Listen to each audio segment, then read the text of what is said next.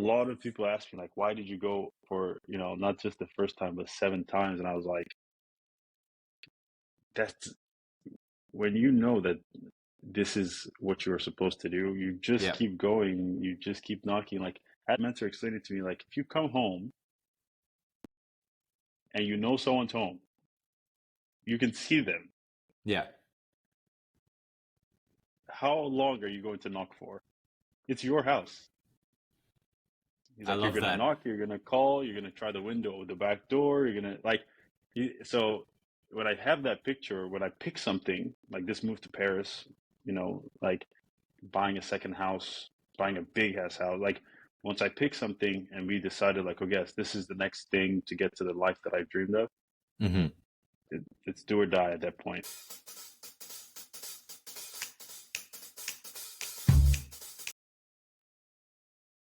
Right. Welcome to episode 4 of Stories with Shomik. In spite of all the obstacles in our way, we've made it this far. And Yeah. by obstacles, I just mean my procrastination. Um, today's guest is someone I really look up to. He's had a very interesting journey. We've got Tobi here. Tobi is the founder of Three Skills, a company on a mission to create the world's most employable candidates. And it does so by teaching people how to communicate their value. Tobi's team has trained over 17,000 people, which is a staggering number. I did not know that till I looked it up on your website, Tobi, and it blew my mind. I first got to know of Tobi thanks to his favorite platform, LinkedIn. Something he'd posted came up on my feed. I saw it and scrolled on as one does. The next day, he was on my feed again, and the next day, and the next day. And I realized soon enough that there's 3 things in life that are certain: death, taxes, and Tobi's LinkedIn post. It's coming every single day. Now, while Tobi does run a business supporting people's career growth, I've honestly been very impressed by the sheer amount of value that he shares online for free. Tobi and I have met before. We met in Ottawa when he was based out of Ottawa, and always been very, he has a very interesting immigrant life story that he doesn't talk about as much online. And I think that the world should know a little bit more of that as well. And by the world, I mean our 4 consistent listeners that we've had from the beginning. So, Tobi, welcome, and thank you so much for agreeing to come on the pod. Thanks, man. Thanks for having me. So exciting to be here.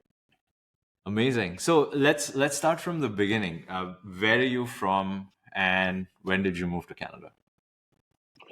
So I'm originally from Nigeria, moved to Canada in 2010, against my will. My dad just, picked the school. He's like, you're going to Canada. I was like, what the flip, So came to Canada, did a year of high school in Hamilton. And then I just applied to universities as backup because when you cross the stage in high school, they would say, this person got into this university and this university. And I didn't want to embarrass my parents. So I applied to a bunch of universities. But my goal was always to basically, after school, drop out, go play football or soccer in England, which my dad let me. Nice. But unfortunately, I didn't get picked by an academy. So I ended up going to Carleton University, studying business, played varsity soccer for a year, and then basically just started doing side hustles right from second year, and never stopped since. So Amazing. studied business in university with a concentration in human resources, mostly because that's my dad was a human resource manager, so I was like, that's the path we're going to go. But it turned out to be the right path, and then graduated, got into tech sales, transitioned into customer success in 2020, sales lead in 2022, and then left corporate in 2023 this year to go run my companies. Amazing. And now you're running all your companies full-time based out of Paris right now. There you go. Oh, Mr. Worldwide over here. I love it. That's amazing. That's amazing. Yeah, look, I actually didn't know about the soccer plan. That is new to me. Well, if you could pick a club in the Premier League you could play for, who would it be? It was always going to be Arsenal, number 14. Like, I told my Nice. mom at 14, when I was the age of 14, I sat her down. I was like, okay, mom, listen, I'm going to go play for Arsenal. I'm going to buy you a Rolls Royce. Don't even worry about it. I got a plan. You know, Amazing. it didn't work out with the Arsenal, but now I have a Yeah. plan to one day own Well, a the Rolls soccer Royce is team, coming anyway. I can and the say it. Rolls Royce is coming anyway. So, Yeah. we're going to be fine. I love that. I love that. So, yeah, it's interesting that you mentioned that you studied HR management because your dad worked in that space. I am curious. Like, I would love to see a stat on how often people pick their careers based on what their parents did. Because, like, I ended up in sales because my father was always in sales. Um, and like growing up, I just saw that as like, yeah, this is a pretty sweet gig. I saw him grow in his Mhm. life and his career, and like as a family, we saw the sort of upside that comes from being consistently good at sales, and it just seemed like the most natural path forward for me. But then when I used to talk to my friends, it was like they wouldn't touch sales with a 10-foot pole. For them, it was like, no, no, sales is, like sales typically tends to bring up that it, the first person, like the stereotype still is that, sales is, that secondhand car dealer who'll show Yeah, up yeah, just as you're looking at a car, like a snake oil salesman vibe. yeah. And, things have changed so much. And like, there's so many opportunities that, yeah, there's definitely a path there that that people are missing out on, and the potential upside. Because I genuinely think that sales is probably the closest you can get to being an entrepreneur if you don't want to take a full-time leap, because you can still capture a lot of the upside that you bring into the company, which 100%. most other roles don't. But yeah, so tell me about the tech sales role. How did you land your first job out of undergrad?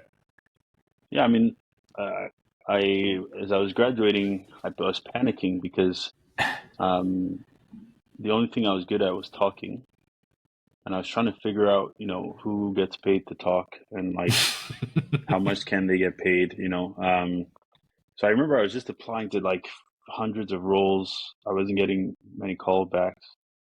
And then I essentially got two interviews. I got one at Lululemon, and I got one at a tech company called Purple Forge.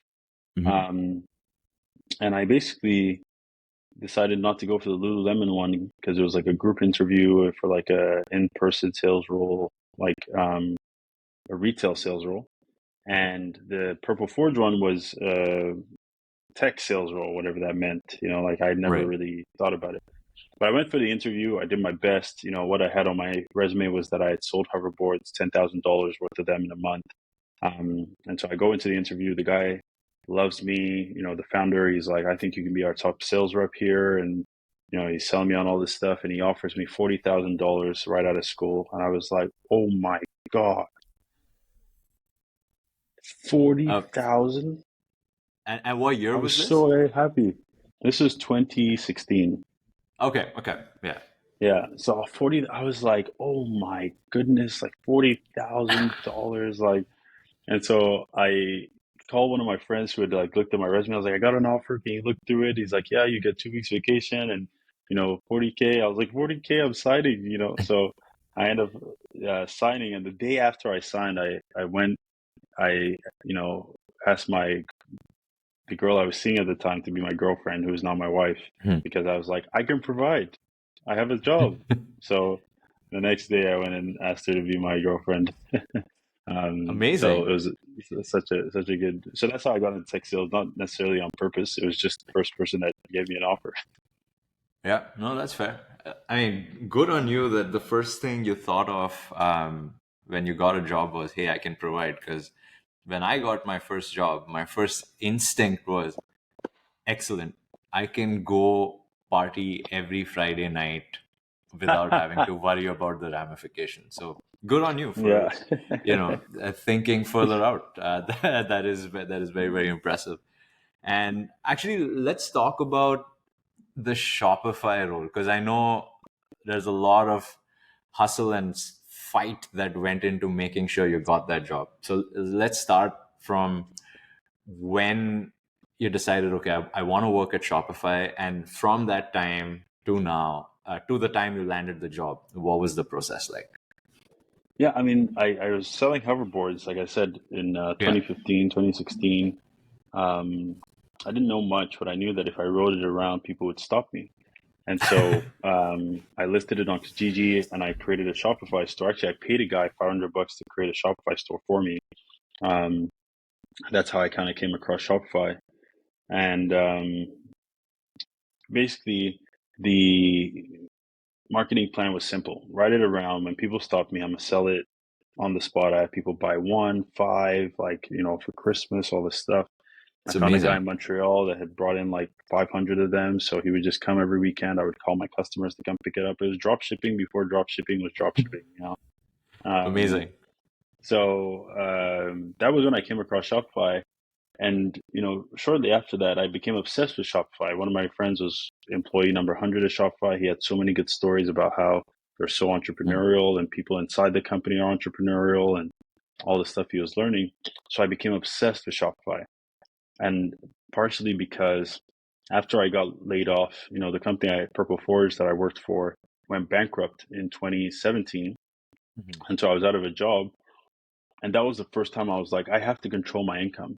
Like I have to become an entrepreneur. Now, I was a terrible entrepreneur. I couldn't really make enough money to survive on my own. So I was like, I have to go learn how to do this. Like, I got to be surrounded by good entrepreneurs. Like, I'm the kind of Mm. person, like, if you throw me into fire, I will figure out how it works, you know? And so I applied, the first time, got to the first stage, didn't get it. Second time, first stage, didn't get it. Third time, first, second stage. Fourth time, fifth time, the sixth time, they emailed me and they went, "Hey, can you come in? We'd love to interview you. Just one final interview." So I go in. This time, I'm sure. I'm like, so I've cleaned Yeah. out my desk at my job. I've like moved all my files away. I'm like Lysoling the drawers. I'm like telling people bye. I'm like, yeah, if I love Shopify that. called me, like, I'm gonna be out in a couple of days, and so I get a call one day. I'm staring at my phone every day. I get a call, and the recruiter is like, "Hey, Toby," and as soon as she said, "Hey, Toby," I was like, "Oh my God!" It's not a good look. And they were like, "We wish we had better news. They just thought you were too green," and it killed me because, man, like I still remember that day because it was one of those days where I really doubted that I would ever make it something in my life because they had called me. I'd gone and done the interview. Um, I was so sure, and it just felt like, I kept interviewing the same guy. It felt like that guy did not want me in the company, and there was no way around him. And it also just felt like, because one of my friends who worked in the role I was supposed to get was like, "Dude, they interviewed 10 people and they hired nine. You were the only one they didn't hire, and you're better than the nine." No. Yeah, and he was like, "You're better than the nine they did hire." Oh, that's brutal. And so I was like, "Bro." I remember I went upstairs in my office that day and I just laid down and I just cried for like 30 minutes. I was like, this can't be happening. You know? And I vowed, I was like, I will never apply to that place. They will never see me. Hmm. And then in 2020, March of 2020, I lost a $500,000 deal at the company I was working at because we were so disorganized and the client just got upset and walked away. And I just went like, I got to get out of sales. Like, I need to be more. I know that I'm capable of more, but it's like a flower trying to grow in the desert, like Yeah. what can you do, so the pandemic was just starting. And I was on LinkedIn one day at like 11 p.m. and I'm scrolling and scrolling. I just see, Shopify posts, we're still hiring. I was like, okay. So I went on the One job more time. description. Yeah. So I went on the careers page and I was like, you know what? I've done sales every time. What else is there? So I start going through. I see merchant success manager. I'm like, what the flip is a merchant success manager? I read through the job description and I was like, this is a perfect role for me. You're coaching merchants, helping them grow, building relationships. You don't have a quota, you know. And I called my friend that works there. I was like, hey, I want to apply for this role. Can you refer me? This is exactly what I want you to say about me. And he referred me around 1 a.m. He submitted 8 a.m. I get a call or an email. Hey, we'd love to Nice. interview you. And I take the first interview the next day. They skipped me past the second stage because they were like, we've seen you 6 times, like, so they skipped me right to the final stages. And I'm so confident this time. So I, do what I know. I reach out to 10 people on LinkedIn. Only one guy gets back to me, Nigerian guy, Mm-hmm. who was working in the role. He gives me all the answers. He's like, this is what they're going to ask you. This is how you got to answer it. Amazing. So we do that. And I go in, crush it. I mean, I absolutely destroyed that interview. Till today, I'm like, that is a goated interview. Like Yeah, I love that. I I love so I that. was so confident because I felt like I was so prepared. And literally, like from when I applied to when I got an offer was like 12 days. Um, and I asked for Fantastic. 65 to 75K. They gave me like a total package of like 100. Beautiful. And I basically, when she's like, "Hey, we're gonna make you an offer," I was like, "Oh my God, yes!" And I'm like, my wife is beside me, I'm like, "Oh my God!" And then she tells me the number, and I just start crying, just literally bawling because it's like 3 years, 7 attempts. Like Jesus Christ, let me in. Um, and then I call my parents. I was like, I finally got in, and my mom's like crying. My dad is like, what's the job? I was like, merchant success manager, and he's like, oh my God, you're a manager at Shopify. I was like, yeah, you can tell your friends that, I guess. Like, Yeah. um, and so that was Shopify. That was getting into Shopify, and I mean, a lot of people ask me like, why did you go for not just the first time but 7 times? And I was like, that's when you know that this is what you're supposed to do. You just Yeah. keep going. You just keep knocking. Like I had a mentor explain it to me. Like if you come home and you know someone's home, you can see them. Yeah. How long are you going to knock for? It's your house. He's I like, you're love gonna that. knock, you're gonna call, you're gonna try the window or the back door. You're gonna like. So when I have that picture, when I pick something like this move to Paris, like buying a second house, buying a big ass house. Like once I picked something and we decided like, oh yes, this is the next thing to get to the life that I've dreamed of. Mm-hmm. It's do or die at that point. You know. That Toby, that was beautiful. I absolutely love it, and that's also why I wanted to spend time on this because like we've talked about this before, and there are so many life lessons in that. Like some of the key takeaways here being like just because you don't get that first job in the company you really want to work at, it doesn't mean you're done. Keep going. Yeah. Like there are a lot of times where it's not you not doing well as a candidate, you just get beat by someone else for something you just can't control. It's just maybe that other person has more experience, like in your case when they told you you were too green.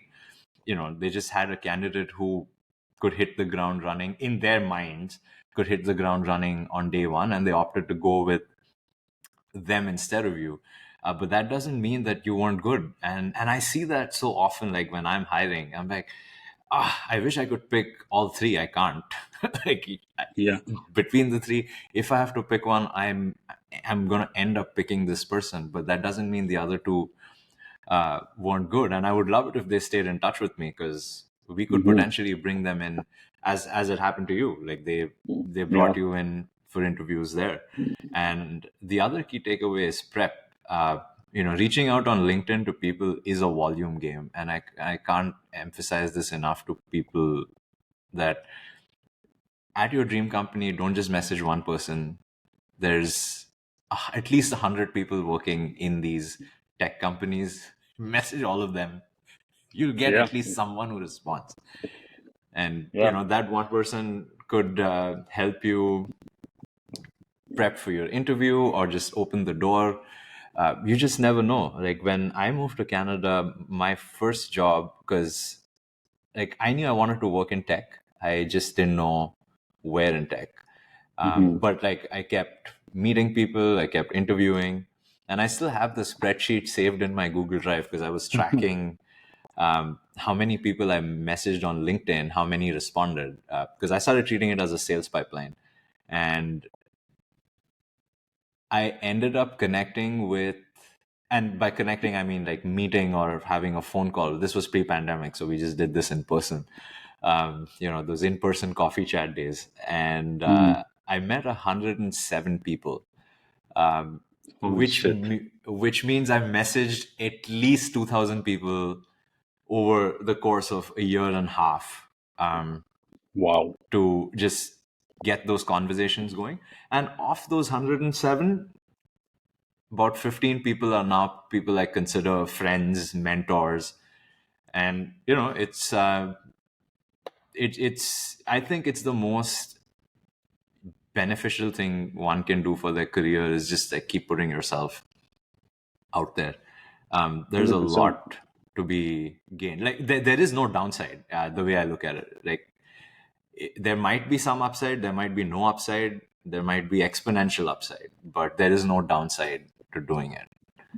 No, there's no downside, and I think the lesson in yours though that a lot of people don't understand is the concept of massive action. A Hmm. lot of people go like, "But I tried." I'm like, so so did Yeah. like 1,000 other people. Yep. Like 2,000 messages. Like you don't lose, and I think the best things in the world are reserved for people that try again. Absolutely. And not like the people that have a number of times they try, but the people whose philosophy is to try again until, you know. So that's really cool. That you connected with that many people like that. That will open up your world. That will open up your world so quickly. So well I mean, done. this That's really cool. conversation wouldn't have been happening if we hadn't connected on LinkedIn. That's This is true. it's uh, it's pretty insane to think about, that the internet has, like, there's obviously a lot of nonsense and shit that goes on, a lot of downsides to the internet, but like there's so much you can do. You can connect with people that you think are interesting, and it doesn't have to do anything to do with career. That's fine as well. But Yeah. speaking of LinkedIn, tell me, how did the journey start, on about posting on LinkedIn? And that's how. And also, let's talk about, okay, what came first? Did three skills come first or posting on LinkedIn? What was the journey there like? No, Three Skills was founded June 2019. And Mm-hmm. then, we started training people. I put that on my resume going into Shopify that seventh time. And that was, I guess, the catalyst is we were teaching people how to land jobs. My co-founder had landed Mm-hmm. a job at Shopify in December, and then she had essentially helped me, kind of get ready for that as well. Amazing. So Three Skills was the catalyst, and I got into Shopify May 2020. And during onboarding, this guy Kerry, who was the facilitator, taught us a storytelling framework called Freytag's Pyramid, Freytag. I still teach it in all my courses. Mm-hmm. Um, and it's a storytelling framework that was created in the 1800s that they used to write movies and all this stuff. And it just captures the emotion and the essence of stories in a way that's super easy to communicate. So I was like, you know what? Like a lot of things in my head are theory. You know what I mean? Like Okay. I only believe in the things I can prove Fair. in a lot of ways. And so I made a post on LinkedIn using this kind of framework, right, about my sister, how she had studied Korean, transitioned careers, and now, she was thriving. And that post got about, I think it was like 5,000 likes and like 300,000 impressions or something like that. Holy shit. And I was Nice. like, once is luck. Mm-hmm. I'm like, twice is proof. And I'm like, three times is a formula, you know? And so I was like, I'm going to do another one with my brother, same kind of Yeah. using the same framework. Bro, 500,000 impressions, 10,000 likes. I'm like, 10,000 likes, 500,000 people. I'm like, that's like 20 Scotiabank arenas. Yeah. You know, like it's so many That's an eyeballs interesting that way I to was look at like, it. Yeah. oh my goodness, imagine doing 20 speeches in front of like a full packed stadium. And so I put the link to my company, Three Skills, that time. And bro, the applications just started coming in. Our cohorts were starting Nice. to fill up. And I was like, oh my God, like I've unlocked something. So I told our head of marketing, because we had been trying to experiment with ads and all this stuff. None of it was working, not a single lead. And all of a sudden we Mm-hmm. had this channel. So I was like, I'm going to post every day for the next forever. I'm just going to post every day Mm-hmm. and I'll find ways to tie it into Three Skills and let's see what happens. And the first year I got about 4 million impressions. We did about $33,000 in 2020 for Three Skills. And I was Wow. like, it was incredible because in the first year we had done about $11,000, right? And so I Whoa, was, that's incredible. so it was like triple. So I was like, I'm going to keep posting and we're going to rebuild our package to make it Mm-hmm. better. We, brought in a coach slash consultant, helped us rebuild this stuff. And so the next year we did about $102,000 in 2021. Um, Again, magnificent. Like I 4x. got Beautiful. I, I got 11 million impressions that year. And then Wow. 2022, we went full data driven, like, okay, what is working? How do I create content? What content should I create? Like so I was at about 20,000, 22,000 followers at the beginning of 22. Um, and I became like a mad scientist with LinkedIn. Like I wanted to understand the algorithm, what they were pushing, how they're pushing it, why they're pushing it. Um, and 2022 was that year. Like I think across my two businesses, we did like $330,000, and Wow. Three Skills did 230,000, and I got about 70 million impressions. I went viral on Reddit on the That's homepage two twice. Canadas. I know. So I got all these impressions, like my content was everywhere. I was getting called to speak at companies. Like it just went insane. I got, Mm-hmm. so much visibility at work. I got promoted at work, like I presented Three Brilliant. Skills as proof that I can build a brand new team. Like in my Fantastic. interview, it was just one of those years. Like 2022 was one of the best years. Um, it was incredible, and so that was, and I just kept going. I just, I call it stacking, right? So Mm-hmm. first you stack the habit, which is you're going to do this every day. The goal, the result, the championship is showing up tomorrow and showing up tomorrow and showing up tomorrow. That is the goal. There nothing else is the goal. The metric is not the goal. Popularity is not the goal. The goal is the goal, which is to show up. And once you do that, then you add science, Yeah. right? So now Brilliant. you got consistency as like your foundation, and then you add science and data, right? And then you add wisdom, and then you add, right? And now because you're stacking, it's so stable. So now, Mm-hmm. I my content's been seen 140 million times. My God. And I told that to my mom, and she was like, "What? Like what even is that number?" That is wild. That is wild. So, Yeah. okay. So So in terms of the key takeaways, is, just get started, consistent, pick a timeline that works for you and keep doing and stick to that timeline. Now, my question is, especially because like you're posting daily, which is obviously a lot harder than doing weekly or monthly. How do you keep coming up with content? Because it's a lot. Like even if it's 2 lines every day, like how do you keep going about it where you're saying something valuable on such a consistent basis? yeah, I mean, I believe that one of the secrets is I am a walking tape recorder. You know, every story, every interaction is inspiration for me because content comes from three places. It comes from your personal experience, it comes from the experience of the people around you, and it comes from the experience of people you don't even know that you have heard.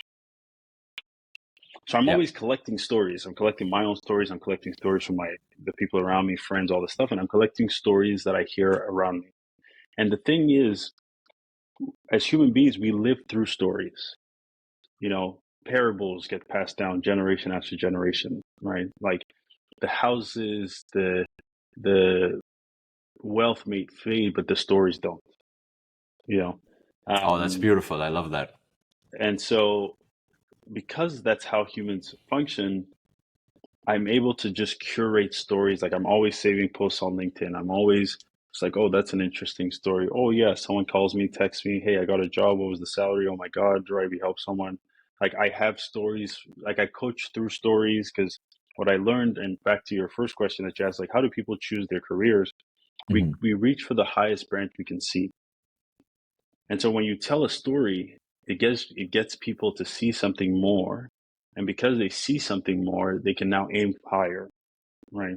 Um, and so that's really all that I've done. And like now I can create 2, 3 months of content. I know which ones are gonna go viral.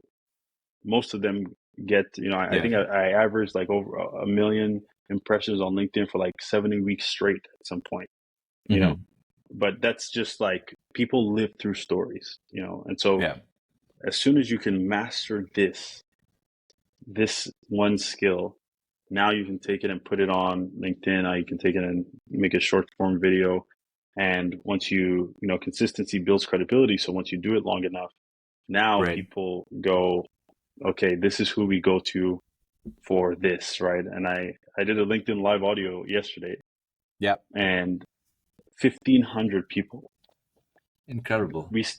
People were there for 3.5 hours. I was answering questions for 3 hours.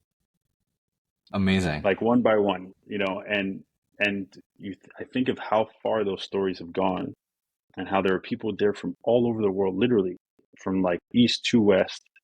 And I'm like, this is why stories are so powerful because they transcend borders and they transcend cultures and they transcend like Yeah. all of these different things and they connect us on the most human thing, which is emotion, Hmm. you know. Um, Beautiful. so yeah. That is beautiful. I love that. Storytelling is something that I have been trying to work on as a skill. And I actually learned that when you and I did the workshop together. So, Yeah. for context, I signed up for Tobi's workshop last year, and I learned a lot from it. I highly recommend it. And like since then, like in all my sales pitches, I've been trying to craft that story aspect to it. Where earlier I went in talking about, you know, the benefits, taking away from the pain, but now I'm starting to get better at crafting all of it into one seamless story. And I definitely started to see a lot more success. And I don't think I'm quite there yet.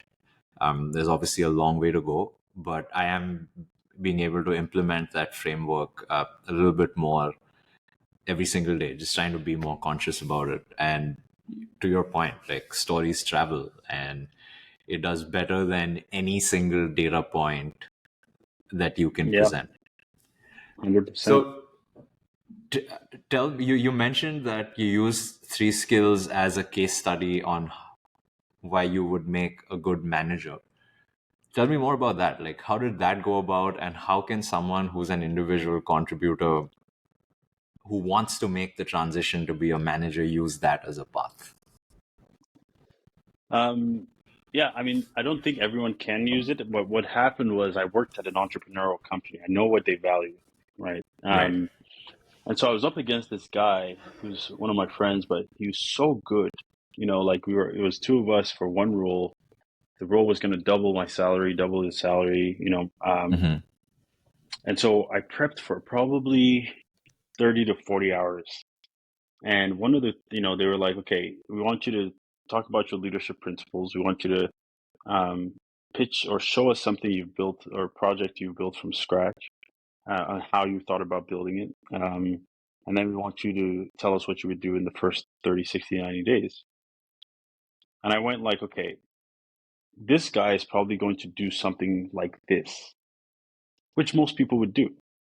Right. And I went, what can I say that nobody else can say? And at that point, it was that I had taken, I started three skills because my sister was struggling to land jobs and I'd helped her transition. And Mm-hmm.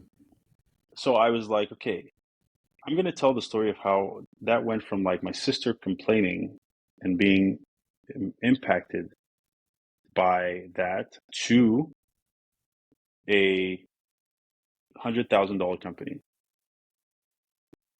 And that's going to be how I built this, Yeah. and that's what I ended up bringing into the interview. Obviously, the other guy can't bring that. Right. Um, and then for the 30, 60, 90 day, I talked about how I led these volunteer teams and all the mistakes I made in my 30, 60, 90 days. And then I Nice. told them about what I would do if I took this role in 30, 60, 90 days.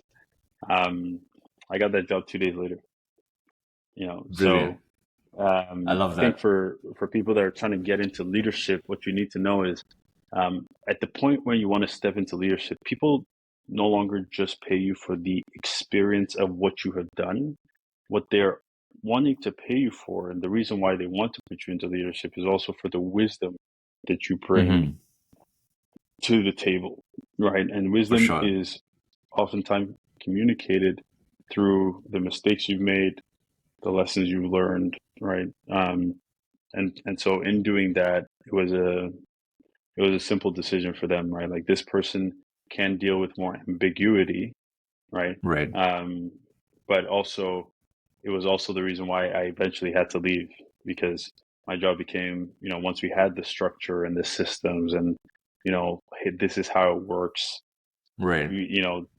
Don't mess with the status quo. Then I had to leave because Yeah. I also I thrive in those initial environments, and I slowly die in I hear you. the other environments. I'm with you there. I'm with you there. No, that's a really good point. I think, yeah, about just sharing wisdom, and especially for someone if they don't have leadership experience but trying to get there, like you have to start behaving like a leader before you have the job. Like you need to start showcasing that you're coaching, you're helping your peers out. If they're having a bad day, just put a hand around their shoulder, take them out for a cup of coffee. And like these things are these are the soft skills. Like as you move up, I feel like as leaders you need to have more soft skills than the technical skills, because you're not necessarily, like for a sales manager role, you're not necessarily selling yourself as much. You're only stepping in as needed, but just making sure that everyone's set up for success. Yeah. And the other thing that I feel is very important, because that helped me get my role to an extent. Like to your point, I was already uh, trying to do more leadership stuff as an individual contributor, but also just talking to the decision makers about it and telling them you are interested and want to do this. Mhm. A lot of times people think, oh, I want to be a people manager, but they've never communicated that to their bosses. And like no one's going to, like the chances of someone just going in, picking you up and saying, okay, you get to do this now, is much lower than someone, like if you're competing against someone who's gone up and expressly told them, hey, I want to manage people, I want to lead a team, versus you who you're thinking that, oh, I'm the best performer on this team, so I should be the logical choice. It doesn't happen. So just like keep talking about it, put yourself out there, and 100%. if you're like Toby, just start a company, scale it to 100 grand in revenue. But yeah, no, that's a very, very, very good point. Okay, tell me about being online, because like obviously you're sort of like a LinkedIn. I hate saying influencer. Okay, content creator. Like you're a very strong LinkedIn content creator. Um, y- I can't even imagine what your DMs look like, because I'm guessing every time you post, there's at least 50 messages from people asking for something or just reaching out to say hi. How do you manage your inbox? And the reason I ask this is because like I occasionally post. I'm not nowhere consistent. I'll post once in a while. I reshare a lot of good stuff, and and I get maybe 10 DMs back to back, and I'm just like, okay, never mind. I'm not reading any of this. Like, it's too much. That LinkedIn notification beep drives me crazy. As much as I love the platform, and it's added a lot of value to my life and career. Um, yeah, how do you go about managing that? So it used to be crazy. Like I think when I initially started, and I didn't have a lot of resources to give people, Hmm. it used to be crazy because people would come to me with like individual requests. Yeah, And I used to take the time and respond to everything. Because the thing is, like, I didn't start any of my companies as a way to make money. I started my companies because I was solving a problem that I cared about, and there was a way to make money. got it. So then I started like going, okay, I need different solutions. I have on my phone about 100, what do you call it, shortcuts, like text shortcuts, text Hmm. expanders. So as people come to me, like if I can't do a one-on-one at that time, I'll type add can't and it'll send them a little blurb about why I can't do a one-on-one. If I think there's an opportunity, I'll send them, add chat and we can chat for 15 minutes, or add call and we can do a 30-minute call, or, add create and we can do a brand deal together, or add free Nice. resources and, I send them straight to my free resources or webinar or masterclass. So I got really good at managing it in a way where my shortcuts, as soon as I read the message, I'm like, okay, this person just needs resources, send them here. This person needs this program, send them here, right? Yeah. So that made it easier. And then also I made a lot of my resources free, like, Hmm. so, when people reach out, like, listen, if you are not willing to pay for something, that's not a problem. Here Hmm. are all my free resources, you Yeah. know. But I do believe that at some point I had to get to a point where I could be more efficient. Yeah. And I was able to get there. And now I still enjoy going through those messages one by one because, man, I meet so many really smart. I just met a 16-year-old content creator, ghostwriter. I'm like, bro, 16. Wow. Oh That's my incredible. God. Like, do you know how early you are? I met another girl, 25, already has a degree in computer development, already built her own mobile app, her own marketing agency, currently studying cognitive science, already has a marketing agency cash flowing for her, worked in sales at a tech startup, and is graduating next year. I'm like, Ridiculous.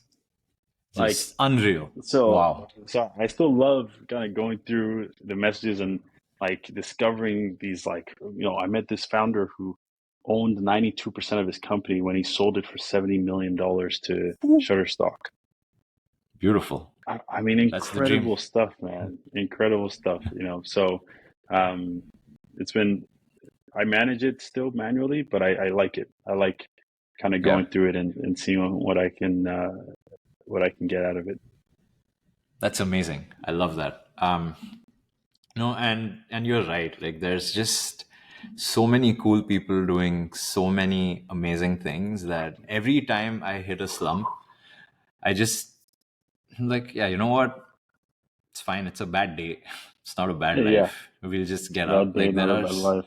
there's so many people doing such amazing things, and you don't have to look too far for inspiration. Like they're literally on your feed, Yes. and it's right there. You just have to keep looking. Yeah. So I have one more question about the LinkedIn stuff. How did you pick LinkedIn over other platforms? Like, did you try starting with all of them and then finalize LinkedIn, or it just happened? No, I think I at that point, we were just trying anything. I remember like Three Skills was dying. We were Hmm. just trying to like get more attention. We tried ads. I tried posting on my story. I tried Twitter. I tried TikTok. Like I was just like, let me just try. And I picked LinkedIn because LinkedIn picked me. Like that was the one I got something Mm-hmm. from early, and early signs I tap into.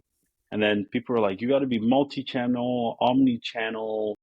And I was like, yeah, but that's like a lot of work. Like, I don't know how Yeah. to be omni-channel, like schedule posts across 8 different, like, I just don't know how to do that. I'm just going to stick with one. And I learned the Yeah. power of one. I've gone viral on TikTok. I've gone viral on Instagram. I've gone viral on Reddit. I've gone viral on LinkedIn from my LinkedIn. Mm-hmm. Oh, You nice. know, Amazing. people have Amazing. literally taken screenshots that I've never met and literally put it on TikTok and gotten like 100, 200, 300,000 views. And then it's Nice. gone on Reddit, and then it's gone on. I'm like, this is insane, And Wow. so I think when you don't have the systems to do everything, it's not a problem. Do one thing, Yeah. put in massive action, give it 3 years, and it will create room for you. I love that. I love that. Yeah, and that also defies the conventional online wisdom of being omni-channel all the time. Pick one, start working on it, go deep on that, and then eventually that success will sort of spill over into the other platforms as well. That's very cool. So tell me more about the free resources. Like, if someone who's listening were to want to access it, how can they get to it? Yeah, I mean, on my LinkedIn, I have it in my bio there. Okay. But also, if you just go to the3skills.com/access resources, um, you will be able to just put in your email, get resume templates. I have like a little AI playbook in there with job boards and tools that I found. I love curating tools. Mm-hmm. I love curating tools that help people. Yeah. Um, and there's so many, so um, that's where those sit. And that's usually where I send like 90% of people. I'm like, you don't need to pay for stuff. Like when someone's not Yeah. working and they want to pay me to be their coach, I'm like, no, you need your money to pay your bills. Like this For is sure. not the time to hire a coach. Yeah. And so it's been really great to just be able to serve people. I lost count of how many people have accessed our free resources. Um, That's incredible. but I want to make them even better, right? Give people even more free resources and really be able to just create offers that people need if they need to implement things Yeah. and need that accountability and structure to be able to implement it, right? But the knowledge, I believe, should be free. Absolutely. No, and that this is an incredible legacy to have, Toby. Like, I've seen those resources. I've used those resources before. Obviously, I've worked with you on your workshop, so I definitely see the immense value that you just share out for the world. And it is like it's a big deal. Like, I think it's it's incredible. And on behalf of everyone who uses those resources, thank you for sharing those. I have two more questions.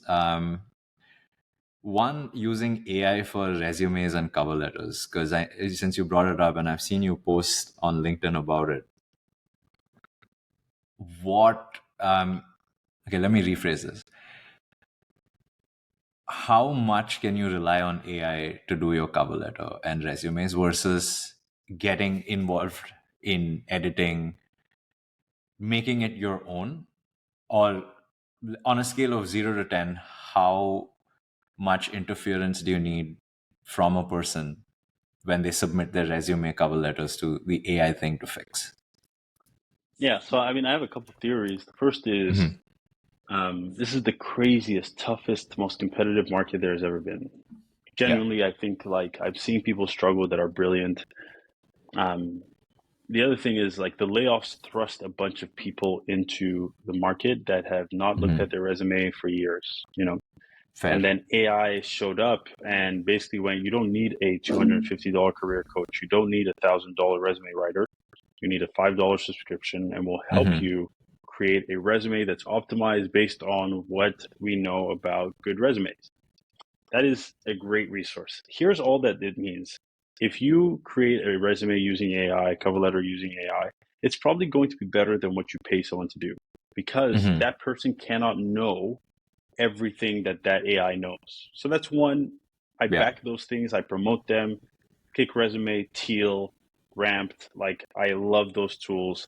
They're great. Here's all that's going to happen. This is what I talked about on my LinkedIn Live. The goalpost is going to shift. Mm-hmm. So at some point, if you had a good resume, you had a better chance of getting hired. Sorry, interviewed. Yeah. Now, every resume is the same, and they're all good. So the goalpost shifts to not just can you create a good resume, but do you have the soft skills to communicate your value in that resume? Do you have the soft skills to communicate your value in the interview? And do you have the persuasion to be able to get across the line for the job? So the goalpost is going to shift to where, my friend's a founder. He just put out a call for his first couple hires. Mm-hmm. 27 or 72 hours in, 150 applications, all AI resume builds. Wow. And so what does that mean? Everyone's resume looks good, right? Right. But we've said this from the beginning of Three Skills. A good resume is as useless as a bad one because it just blends in, right? And I so love that. now you got to actually be able to communicate. What do your words say? It looks good. It is good. What do the words say? Can you communicate the value that you Mm-hmm. bring? And then do you have the soft skills? And then the next phase is community. Because if 60 Right. to 80% of roles are not posted online, these 400 or 500 people are applying to this role, but you're getting this role that has been essentially hidden because companies don't want to look at 400 AI Yeah, resumes. for sure. Community is next. And that's why I'm going to, in 2024, build one of the greatest communities. Like I've just clocked it. It Let's hit me like a ton of go. bricks, and I'm like, that is what's next, I right? love Like that. people going, hey, someone on my team is about to quit. Give me your resume. I'll give it to the Mm-hmm. hiring manager. That is the next wave for the best talent. I love that. I love that. Well, whenever But the yeah, community goes live, sign me up because I would love to be a part of it. That is so interesting. Yeah, like in my head, it's like an AI battle between an AI resume versus an AI resume screener, which is also AI, and they're just going back at yes, it and 100%. picking. Like I don't even know on what basis it'll screen it, but like it'll just be a bunch of AIs going after each other to produce what Yeah. is eventually talent. No, I love that. And I think as AI sort of picks up, I've already started using AI in a lot of my day-to-day life. Like for context, this podcast, the last couple of episodes, all edited by AI, versus me Mm. having to find someone through Freelancer and paying them an X amount of money. This, I have a monthly subscription. It does everything, pulls out a transcript for me, everything. Hmm. And then I use ChatGPT to turn the transcript into a blog post as well. So there's multiple content streams coming out of it. So there's it's like it's gonna keep, the proliferation will increase, and the more human experiences will become like a bespoke experience. Will be a lot more Yeah, premium, and it's. I personally am quite excited to see what happens. I think we are in a very very interesting time in tech history. Like obviously, there's a lot of shit going on in the world, 100%. but from purely a tech standpoint, I think this is a very very interesting time to be alive. Yeah. But yeah, listen, um, it's always been good to I'm so glad we stayed in touch. And Absolutely, man. Absolutely. I appreciate every single thing that you're doing through this podcast. I think it's going to impact a lot of people. And thank you so much for having me, man. I appreciate it. Absolutely. Thank you, Toby. Always a pleasure. And we'll talk again soon, all right? Okay, Take care. bye.